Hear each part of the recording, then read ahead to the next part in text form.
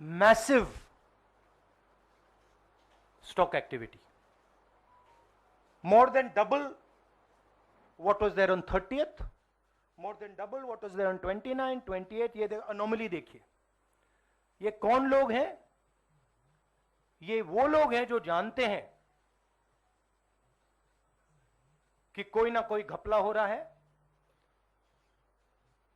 हजारों करोड़ रुपए यहां पे इन्वेस्ट हुए हैं.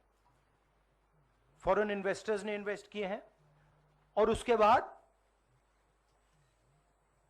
30 लाख करोड़ रुपए का लॉस होता है. किसका लॉस होता है? रिटेल इन्वेस्टर्स का लॉस होता है. तो ये जो आप देख रहे हैं हिंदुस्तान की स्टॉक मार्केट की हिस्ट्री का सबसे बड़ा स्कैम है. और इसके बारे में हम कुछ सवाल पूछना चाहते हैं.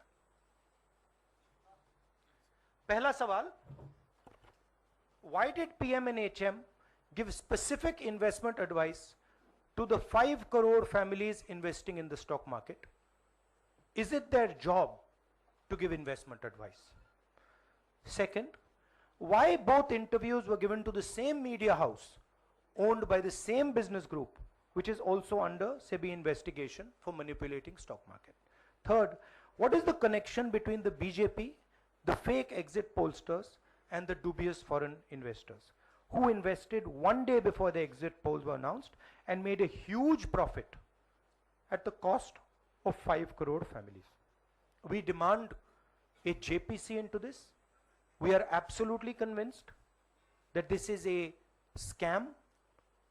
Somebody has made thousands of crores of rupees at the cost of Indian retail investors, and the Prime Minister and the Home Minister have given an indication to buy. And this is a criminal act. So we demand today a joint parliamentary committee to investigate this. मैं हिंदी में बोल देता हूं.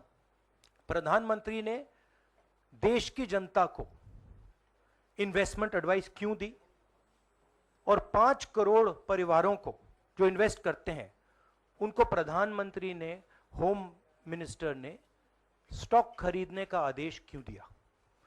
दूसरा, दोनों interviews जो किए गए थे वो अदानी जी के जो चैनल्स हैं उनको दिए गए थे. उन पर सेबी का इन्वेस्टिगेशन हो रहा है, तो उन चैनल्स का क्या रोल है? और बीजेपी के बीच में जो फेक एग्जिट पोलस्टर्स हैं और ये जो फॉरेन इन्वेस्टर्स हैं, इनके बीच में क्या कोई रिश्ता है? और अगर रिश्ता है तो क्या है? हम जेपीसी चाहते हैं, हम इन्वेस्टिगेशन चाहते हैं और देश इसकी सच्चाई जानना चाहता है.